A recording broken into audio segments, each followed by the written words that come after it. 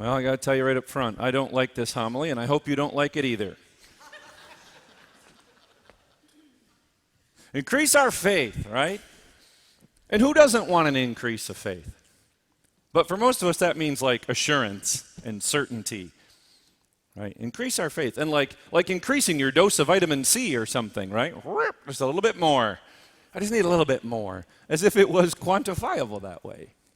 Reminds me of the story of the guy who was walking on a mountainside and he kind of falls off and he's hanging on to the precipice by like some root of a tree and he screams out, "Help, is there anyone there?" And God says, "Yes, I'm here." And he says, "Help me." And God says, "Okay, let go. Is there anyone else?" Right? What he has faith in is his own deliverance. Not in God's infinite power, not in God's unfailing love. He just has faith in his deliverance. And so that's what I think sets up, that's why I don't like this homily. Because what it's going to ask of us is an acknowledgement of something that's always been true, and it kind of sits as the bookend of what I was preaching on last weekend, which was the present moment. Right? That this is the only moment we have. But with that present moment is the acknowledgement that this thing of faith, this getting of faith, is a long-term project. It isn't like getting a vitamin shot at the doctor. It's a lot of work. It requires what some spiritual masters call a spiritual adolescence, right? That sort of going through a process, making many mistakes. And it seems that it's not just that God tolerates it, it's that he wants it that way.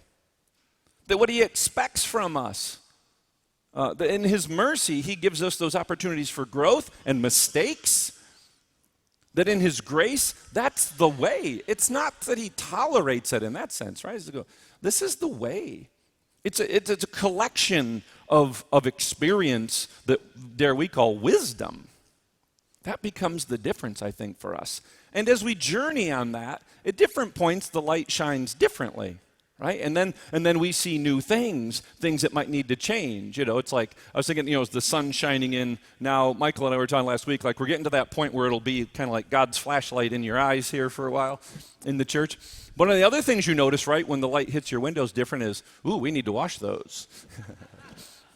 We have these beams in the Oblate Chapel, and we have this huge event on Monday night, and I was sitting in a seat I don't usually sit in, and I just happened to look up, and in those wood rafters, I'm like, wow, look at those cobwebs, holy smoke. Hadn't seen them because I had to move to see them. And so this journey of faith for us becomes that acknowledgement. I believe in the infinite power of God. I believe in his unfailing love. And I will take my experiences, as weird as they can be, they're experiences of what? Ultimately, patience. Patience with ourselves and with others. That we would take our own frustrations and our own mistakes and our own shortcomings and see them as God does, which is part of the experience of the journey to faith. Not a once and for all, not like a math equation to, I got it. I got faith. Now, I have met people in my life, and you maybe have too, where it was kind of, I don't want to say simple, but they seem to grasp it more, I don't want to say naturally or just, I got it, okay. But I find those people pretty rare in life, right? That most of us, each experience provides the next opportunity. Oh man, how does this fit in with faith? How do I find God's unfailing love and infinite power in this experience? These are those opportunities for us. And to think of it any other way is to set up some kind of measuring stick that we'll never measure up to. It isn't what we were designed to be. And I think some people put it that way. Here's what the spiritual journey's about. It's about, doing the good and avoiding the bad and coming to the meeting once a week. Well, that sounds more like the Boy Scouts or the Rotary to me, than the church that Jesus Christ established. That really what he's calling out of us is the day in and day out experience. And that's the bookend of saying, I've got to be patient because I'm not going to get this in one moment. And yet all I can live in is this one moment. I can bring with me my collection of experiences, wisdom, but in the end, I have this moment. And I have the acknowledgement that I'm probably not going to put this all together in this moment. And then we hear the words of the prophet Habakkuk there at the beginning about the vision, and that the vision does not disappoint. The vision absolutely is coming in its time. And I couldn't help but, as it was being proclaimed here this morning, to think of the song in Hamilton, if you saw what was taught. I love the show, but right, I'm willing to wait for it. I have to wait for it, right? And that's the great tension between those two characters, is Hamilton writing like he's running out of time, and Burr saying, I'm willing to wait for it. What about us now in our spiritual journey? Are we the ones that feel like we're running out of time? And then what's driving us is more this like franticness and this fear of God about what God's going to do if I don't get it right. Or are we in that space that says, I can't put all these things together, these disparate experiences. Some are very positive, some are more negative or toxic, and to go, I'm willing to wait for it. Because as the prophet said, the vision, it will come in fulfillment, and it does not disappoint. Hope does not disappoint, right? Habakkuk says that in the Hebrew scriptures, and Paul brings it in this letter to the Romans. Hope does not disappoint. So let's take our journey today. We look back at our experiences. We see this as our spiritual adolescence.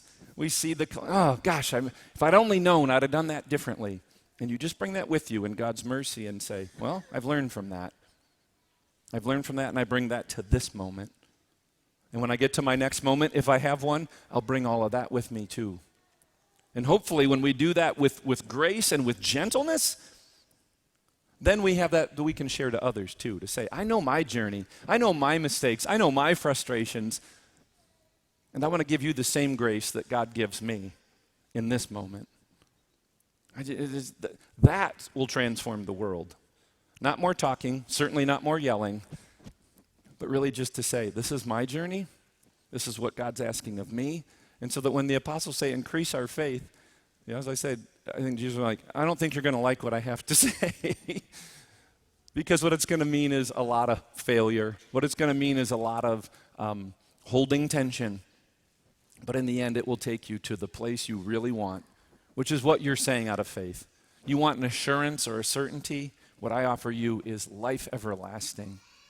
And it starts by looking at ourselves to see it. In this Eucharist, he gives us what we need, but not what we've earned.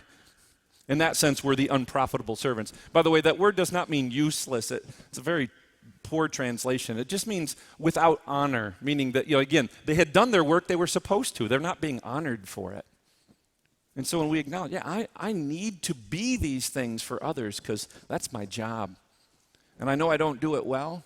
And so I come to the meeting once a week to be filled with his presence so that it becomes more of him and less of me.